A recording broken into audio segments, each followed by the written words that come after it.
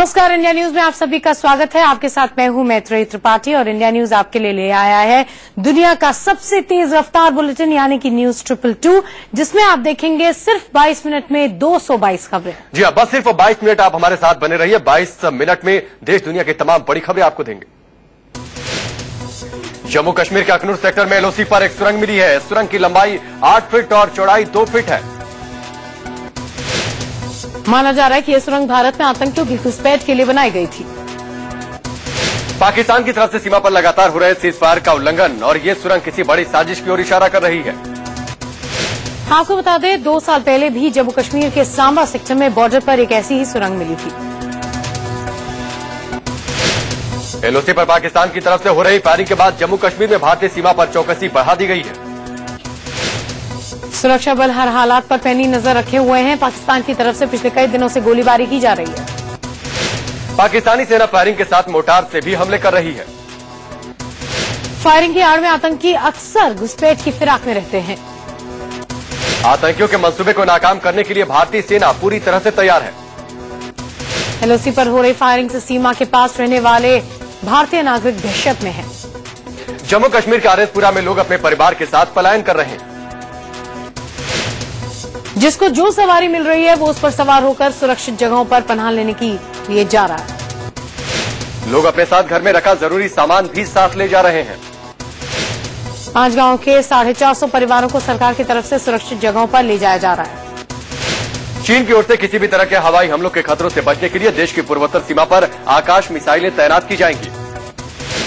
आकाश मिसाइलें जमीन से हवा में मार करने में सक्षम हैं और अत्याधुनिक तकनीक से लैस हैं। रक्षा मंत्रालय के सूत्रों के मुताबिक पूर्वोत्तर में 6 आकाश मिसाइलें तैनात की जाएंगी। ये मिसाइलें देश की वायु सीमा में घुसपैठ करने वाले किसी भी विदेशी लड़ाकू विमान, हेलीकॉप्टर या ड्रोन विमानों को चंद मिनटों में मार गिराने में सक्षम होंगी। इस बीच केंद्रीय गृह राज्य मंत्री किरण रिजिजू आज भारत चीन सीमा का दौरा करने के लिए लद्दाख जा रहे हैं। रिजिजू चीन की सीमा से सटे इलाकों में सुरक्षा व्यवस्था का जायजा लेंगे। कुछ दिन पहले चीनी सेना के लद्दाख में घुसपैठ की खबर आई थी। यूपी के मथुरा जिले में आज बीजेपी की प्रदेश कार्य समिति की बैठक होने जा रही है। 2 दिनों तक चलने वाली ये बैठक वृंदावन में होगी। आज की बैठक में यूपी में होने जा रहे उपचुनाव और आगामी विधानसभा चुनाव को लेकर बीजेपी रोड मैप तैयार करेगी। कार्य समिति की बैठक का उद्घाटन पार्टी अध्यक्ष अमित शाह करेंगे और समापन सत्र को कल गृह मंत्री राजनाथ सिंह संबोधित करेंगे। आज शुरू हो रही कार्य समिति की बैठक कल यानी 24 अगस्त की दोपहर तक चलेगी। इसके बाद 24 और 25 को परिकल्प शिविर का आयोजन किया गया है। यूपी बीजेपी की कार्य समिति की पिछली बैठक चित्रकूट में हुई थी, जिसका उद्घाटन बीजेपी के वरिष्ठ नेता लालकृष्ण आडवाणी ने किया था। इस बैठक में पार्टी के कई बड़े नेता मौजूद रहेंगे। साथ ही कार्य समिति के 250 सदस्य भी इसमें शामिल होंगे। वृंदावन पहुंचे यूपी बीजेपी अध्यक्ष लक्ष्मीकांत वाजपेयी ने यूपी सरकार पर हमला किया। कहा, सरकार एक खास समुदाय को फायदा पहुंचाने की कोशिश में है। लक्ष्मीकांत वाजपेयी ने राहुल गांधी पर भी अटैक किया और उन्हें असफल व्यक्ति करार दिया। दिल्ली के प्रगति मैदान में आज से बुक फेयर शुरू हो रहा है। इस बार के पुस्तक मेले की थीम लिटरेचर इन सिनेमा है। देश भर के करीब 300 प्रकाशक इस बार बुक फेयर में हिस्सा लेंगे। 9 दिन तक चलने वाले इस किताब मेले में 30 अगस्त को यह खत्म होगा। इस बार के बुक फेयर में अमेरिका और सार्क देशों के प्रकाशक भी आ रहे हैं। मेले में बच्चों के लिए पेंटिंग और क्रिएटिव राइटिंग जैसे कॉम्पिटिशन्स होंगे। नए कवियों के लिए कवि सम्मेलन का भी आयोजन किया जाएगा। लोगों की सुविधा के लिए मोबाइल ऐप की सुविधा देने की भी योजना बनाई गई है, जिसके जरिए किताबों और पब्लिशर की जानकारी मिलेगी। प्रगति मैदान के 8, 9, 10 और 11 नंबर के हॉल में ये बुक फेयर लगेगा। आम जनता गेट नंबर 1, 2, 7 और 10 से टिकट खरीद पाएगी। बुक फेयर में वयस्कों के लिए टिकट 20 रुपए का होगा, जबकि बच्चों का टिकट 10 रुपए में मिलेगा। दिल्ली के कई इलाकों में आज भी पानी नहीं आएगा। न्यू ताहिरपुर इलाके में पाइपलाइन की मरम्मत का काम चल रहा है। जिन इलाकों में कल से पानी नहीं आ रहा उसमें नंद नगरी, सीमापुरी, न्यू सीमापुरी और सुंदर नगरी शामिल। दिलशाद गार्डन, हर्ष विहार, खेड़ा गांव, मंडोली इलाके में भी आज पानी नहीं आएगा। इसके साथ ही जगतपुरी एक्सटेंशन, नथु कॉलोनी का स्कूल ब्लॉक, झिलमिल इलाके में भी पानी की सप्लाई रुकी रहेगी। देश में बने पहले पनडुब्बी रोधी युद्ध पोत INS कमोरता आज रक्षा मंत्री अरुण जेटली आज नौसेना में शामिल करेंगे। INS कमोरता का design directorate of naval design ने तैयार किया है और इसे कोलकाता के मेसर्स गार्डन रीच शिपयार्ड ने बनाया है। आज महाराष्ट्र में मरीजों के लिए मुश्किल हो सकती है। प्रदेश के करीब 4000 रेजिडेंट डॉक्टर्स आज काम नहीं करेंगे। महाराष्ट्र के 17 मेडिकल कॉलेज के इन डॉक्टरों ने प्रदेश सरकार के सामने कई मांगे रखी हैं, जिसे लेकर वो आंदोलन कर रहे हैं। केंद्र सरकार ने कच्ची और रिफाइंड दोनों ही तरह की चीनी पर इंपोर्ट ड्यूटी 15 से बढ़ाकर 25% कर दी है। सरकार के इस कदम से रिटेल में चीनी के दाम 2 से 3 रुपए तक बढ़ सकते हैं। हालांकि इंपोर्ट ड्यूटी बढ़ाए जाने से चीनी मिल मालिक खुश हैं, साथ ही उत्तर प्रदेश में किसानों के बकाया भुगतान का रास्ता भी साफ हो गया है। गुजरात के दाहोद में भीड़ ने रेलवे स्टेशन पर एक बदमाश की बुरी तरह से पिटाई की।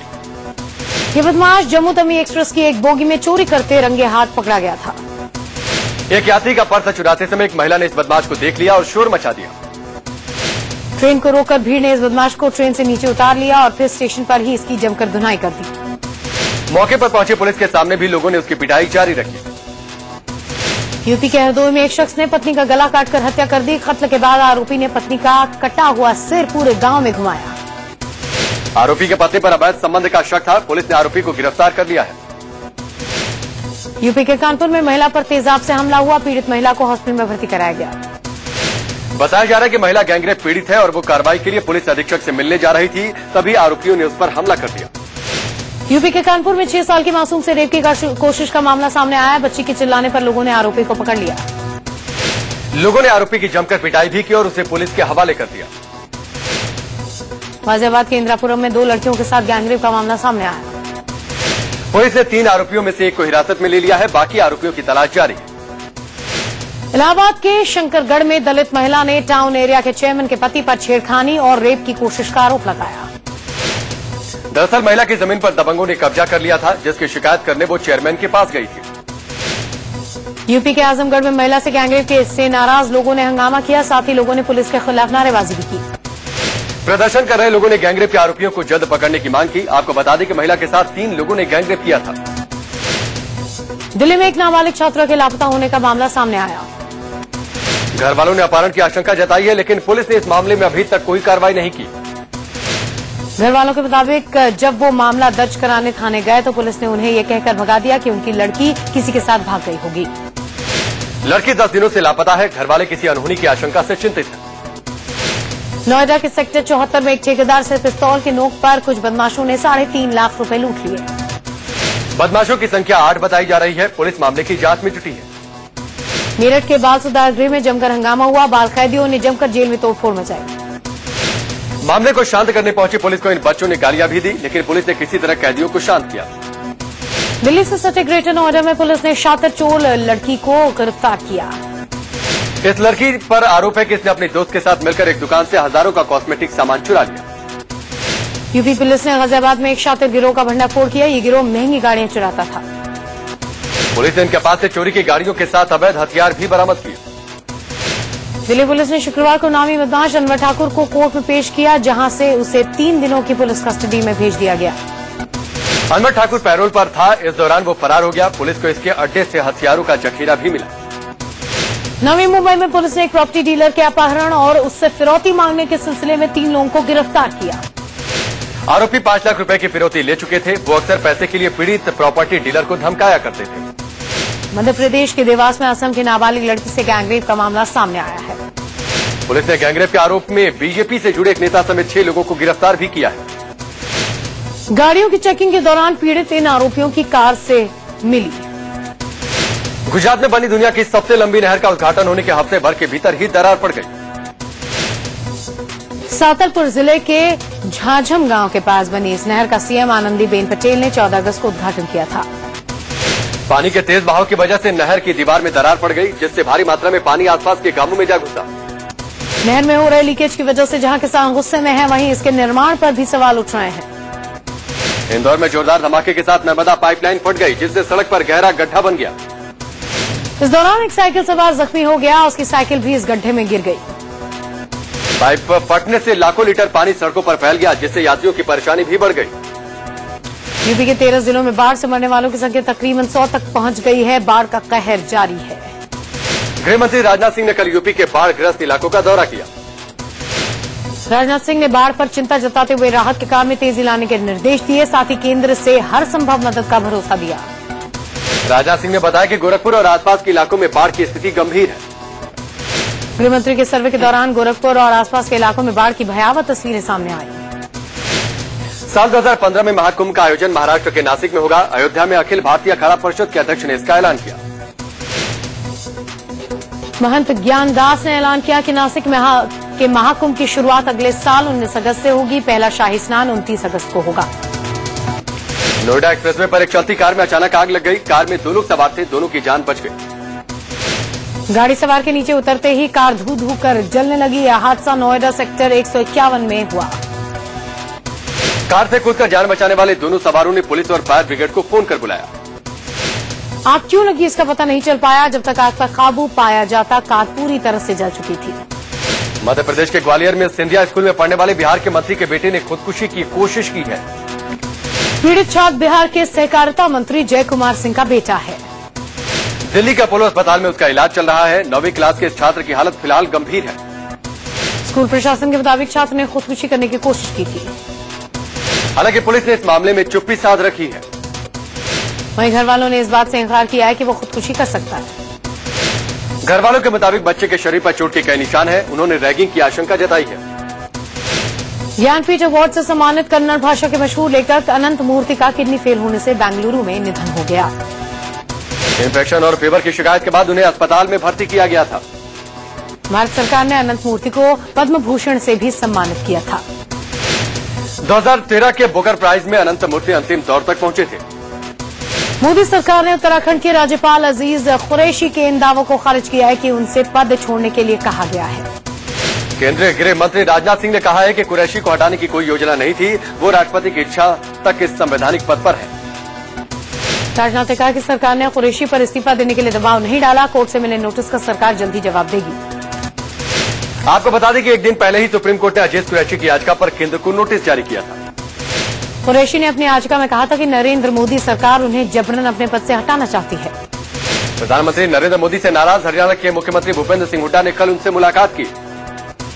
पीएम मोदी ने हुड्डा को चाय पर बुलाया था। दोनों के बीच हरियाणा के विकास के मुद्दों पर बात हुई।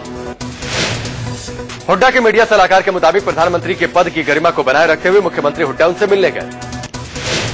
मीटिंग में दोनों के बीच कैथल में हुई हूटिंग के मसले पर बात हुई या नहीं, ये साफ नहीं हुआ। 3 दिन पहले ही हरियाणा के कैथल में कार्यक्रम में मोदी और हुड्डा एक मंच पर थे, जहां भीड़ ने हुड्डा की जबरदस्त हूटिंग की थी। हूटिंग के बाद सीएम हुड्डा नाराज हो गए थे और कहा था कि वो मोदी के साथ कभी भी मंच साझा नहीं करेंगे। बिहार के मुख्यमंत्री जीतन राम मांझी का एक विवादित बयान सामने आया है। बड़ी राजनीतिक ताकत बनने के लिए मांझी ने दलित युवकों से अंतरजातीय विवाह करने को कहा। दलित स्टूडेंट्स के सामने मांझी ने बड़ी राजनीतिक ताकत बनने के लिए जनसंख्या 16 से 22% तक बढ़ाने की बात कही है, जिसके लिए अंतरजातीय विवाह करने की सलाह दी गई है। योजना आयोग की जगह नई संस्था का ब्लूप्रिंट लगभग तैयार है। सरकार 15 से 20 दिनों में इसका ऐलान कर सकती है। नई संस्था का ढांचा योजना आयोग से पूरी तरह अलग होगा। सूत्रों के मुताबिक नई संस्था में कोर टीम के रूप में एक थिंक टैंक काम करेगा। इस थिंक टैंक में एक अध्यक्ष और 8 सदस्य होंगे। इसमें 4 स्थायी सदस्य होंगे, जबकि बाकी 4 सदस्य अस्थायी होंगे। कोर टीम में 2 प्रमुख अर्थशास्त्रियों को जगह दी जाएगी। साथ ही एक सामाजिक कार्यकर्ता और एक वैज्ञानिक को भी जगह मिलेगी। बाकी सदस्य अलग अलग सरकारी विभागों से शामिल किए जाएंगे। प्रधानमंत्री नरेंद्र मोदी ने 15 अगस्त को लाल किले से योजना आयोग की जगह नई संस्था बनाने का ऐलान किया था। नेता विपक्ष के मुद्दे पर सुप्रीम कोर्ट ने कल सरकार से 2 टूक कह दिया। या तो सरकार सुलझाए नेता विपक्ष का विवाद, या फिर कोर्ट खुद सुनाएगी निर्णायक फैसला। इसके साथ ही कोर्ट ने लोकतंत्र में नेता विपक्ष को अहम बताते हुए सरकार से पूछा कि वो किस तरह आगे बढ़ने की तैयारी कर रही है। सुप्रीम कोर्ट ने साफ कहा कि लोकतंत्र में नेता विपक्ष पद की उपेक्षा नहीं की जा सकती। संविधान बनाने वालों ने भी ये सोचा नहीं होगा कि कभी सदन में कोई नेता विपक्ष नहीं होगा। सुप्रीम कोर्ट ने सरकार से 2 सवाल पूछे। पहला सवाल, सरकार लोकपाल कानून को किस तरह से लागू करने जा रही है। सुप्रीम कोर्ट का सरकार से दूसरा सवाल, नेता विपक्ष के नहीं होने पर सरकार किस तरह लोकपाल की नियुक्ति करेगी। इसके साथ ही कोर्ट ने नेता विपक्ष के मसले पर अटॉर्नी जनरल से भी 4 हफ्तों में अपनी राय देने को कहा है। सुप्रीम कोर्ट ने साफ किया कि 9 सितंबर को इस मामले पर आखिरी सुनवाई होगी। नेता विपक्ष मुद्दे और लोकपाल बिल को ठंडे बस्ते में नहीं डाला जा सकता। आपको बता दें, लोकपाल के चयन में 5 लोगों की कमेटी होती है, जिसमें नेता विपक्ष की भी भागीदारी होती है। इससे पहले लोकसभा अध्यक्ष सुमित्रा महाजन ने सोनिया गांधी को चिट्ठी लिखकर ये साफ कर दिया था कि लोकसभा में नेता विपक्ष का पद कांग्रेस को नहीं मिलेगा। यूपी के अखिलेश सरकार अब अपनी इमेज सुधारने की कोशिश कर रही है। खबर है कि इसका जिम्मा सरकार किसी पीआर कंपनी को देना चाहती है। यूपी कैबिनेट ने कल कई और अहम फैसले लिए, जिसमें सबसे अहम है मेट्रो की शुरुआत करना। लखनऊ के लोगों को जल्दी दिल्ली वालों की तरह मेट्रो का तोहफा दिया जा सकता है। सरकार ने किसानों को भी खुश करने की कोशिश की। यमुना एक्सप्रेस के किसानों को मुआवजे के रूप में 64.7% अतिरिक्त प्रतिकर दिया जाएगा। सरकार ने सोलर ऊर्जा को बढ़ावा देने के लिए मिनी ग्रिड की स्थापना को भी मंजूरी दे दी है, ताकि बिजली संकट कम हो। मेरठ में बदमाशों को सबक सिखाने वाली बहादुर महिला ममता यादव को यूपी सरकार ने सम्मानित किया।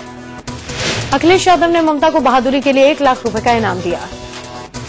यूपी के कैबिनेट मंत्री आजम खान एक बार फिर अपनी भैंसों को लेकर सुर्खियों में हैं। आजम खान के लिए पंजाब से 5 भैंसें खरीदकर सहारनपुर लाई गईं, जिनके स्वागत के लिए शहर का पूरा प्रशासनिक अमला मौजूद रहा।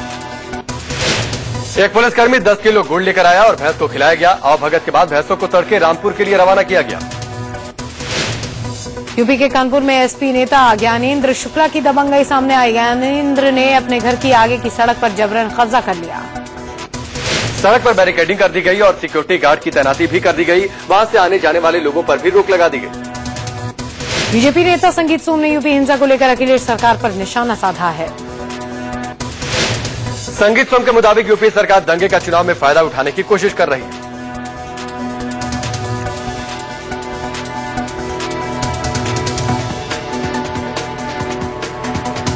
राजधानी दिल्ली में अगर आप घर का सपना पाल रहे हैं तो यह हकीकत में तब्दील हो सकता है। जीडीए ने हाउसिंग स्कीम लॉन्च की है, जिसमें अलग अलग कैटेगरी के 25,034 फ्लैट हैं। फॉर्म 1 सितंबर से 9 सितंबर तक मिलेंगे। फॉर्म भरने की आखिरी तारीख 9 अक्टूबर होगी। अक्टूबर के आखिरी हफ्ते में ड्रॉ निकाला जाएगा। यह मकान दिल्ली के नरेला, रोहिणी, द्वारका, वसंत विहार और जसोला इलाके में दिए जाएंगे।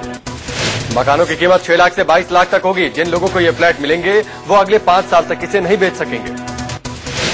फ्लैट के लिए देश के किसी भी राज्य का वयस्क मंत्री आवेदन कर सकता है। शर्त ये रखी गई है कि आवेदक के पास अपना कोई मकान या फिर प्लॉट नहीं होना चाहिए। एम्स के मुख्य सतर्कता अधिकारी के पद से हटाए गए संजीव चतुर्वेदी ने एम्स प्रबंधन पर कई गंभीर आरोप लगाए हैं। उन्होंने आरोप लगाया कि कुछ भ्रष्ट अफसरों ने एम्स में अपने कुत्तों का भी इलाज करवाया। चतुर्वेदी ने साथ में यह भी कहा कि एम्स में नकली दवाइयां बेची जाती हैं। चतुर्वेदी के मुताबिक कांग्रेस और बीजेपी नेताओं के संरक्षण वाली अफसरों की भ्रष्ट लॉबी ने उन्हें पद से हटवाया। घूसखोरी के आरोप में गिरफ्तार फिल्म सेंसर बोर्ड के निलंबित सीईओ राकेश कुमार 28 अगस्त तक पुलिस कस्टडी में रहेंगे। मुंबई के सेशंस कोर्ट ने उनकी हिरासत बढ़ा दी है। इससे पहले गुरुवार को राकेश कुमार के लॉकर से करीब 2 किलो सोना मिला था। महाराष्ट्र बीजेपी के सांसदों के सचिवों ने डीओपीटी मंत्री संतोष गंगवार से सुविधाएं और सैलरी बढ़ाने की मांग की। सचिव एसोसिएशन ने केंद्र और राज्य सरकारों की नियुक्तियों में विशेष छूट की भी मांग की। सामाजिक कार्यकर्ता एरोम चानू शर्मिला को आत्महत्या की कोशिश के आरोप में कल फिर से गिरफ्तार कर लिया गया। इम्फाल के स्थानीय अदालत के फैसले के बाद एरोम एक दिन पहले ही रिहा हुई थी, लेकिन उनका अनशन जारी था। एरोम शर्मिला पिछले करीब 14 साल से नॉर्थ ईस्ट में आफ्सा कानून का विरोध कर रही हैं।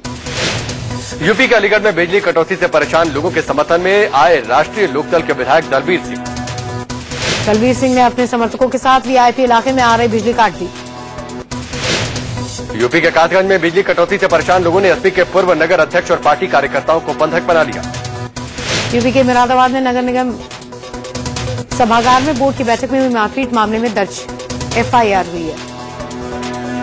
एसपी और बीजेपी पार्षदों में हुई मारपीट के मामले में पुलिस थाने में रिपोर्ट दर्ज की जा चुकी है। बीजेपी पार्षद गंगा राम सैनी के खिलाफ बीएसपी के पार्षद श्री गुल पार्षद ने रिपोर्ट दर्ज कराई है। यूपी के कुशीनगर में 6 बहुओं के ससुराल छोड़ने के बाद अब प्रशासन ने शौचालय बनाने का काम शुरू कर दिया। शौचालय न होने की वजह से पिछले हफ्ते एक गांव की 6 महिलाओं ने अपना ससुराल छोड़ दिया था। यूपी के हापुड़ में हिंसा के बाद अब माहौल शांत है। पुलिस ने बहादुरगढ़ गांव को पूरी तरह से छावनी में तब्दील कर दिया। हिंसा फैलाने के आरोप में पुलिस ने अब तक 10 लोगों को गिरफ्तार किया है। दरअसल हापुड़ के बहादुरगढ़ में एक छात्रा से छेड़खानी के बाद पूरा हंगामा हुआ। केरल में शराब के शौकीनों के लिए अगले साल से मुश्किल खड़ी हो सकती है। वहीं नहीं मिलेगी अब बार खोलने की इजाजत। केरल सरकार ने फैसला किया है कि अगले साल से 5 स्टार होटल के अलावा किसी और को बार खोलने की इजाजत नहीं दी जाएगी।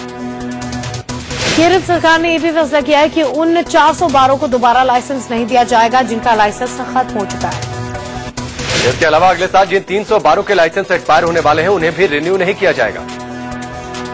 आईसीआईसी बैंक की सीईओ चंदा कोचर और क्रेडिट कार्ड ऑपरेशंस के प्रमुख विनय वालसे के खिलाफ एफआईआर दर्ज होगी। लखनऊ की एक कोर्ट ने क्रेडिट कार्ड के जरिए ऑनलाइन शॉपिंग में धोखाधड़ी के आरोपों में पुलिस को ये निर्देश दिए। आईसीआईसीआई बैंक के एक क्रेडिट कार्ड धारक के कार्ड से लगभग 80,000 रुपए की धोखाधड़ी हुई है, जिसके खिलाफ पीड़ित ने कोर्ट में शिकायत दर्ज की। भारतीय हॉकी कप्तान सरदार सिंह ने सचिन तेंदुलकर को एलएस आइस बकेट चैलेंज दिया है। इससे पहले खुद सरदार सिंह ने इस चैलेंज को पूरा किया। आइस बकेट चैलेंज एएलएस यानी मस्तिष्क संबंधित बीमारी के लिए जागरूक करने और इसके लिए धन इकट्ठा करने के लिए किया जा रहा है। इस चैलेंज में अगर कोई इस चुनौती को पूरा करने में असफल रहता है तो उन्हें एएलएस एसोसिएशन को दान देना होगा।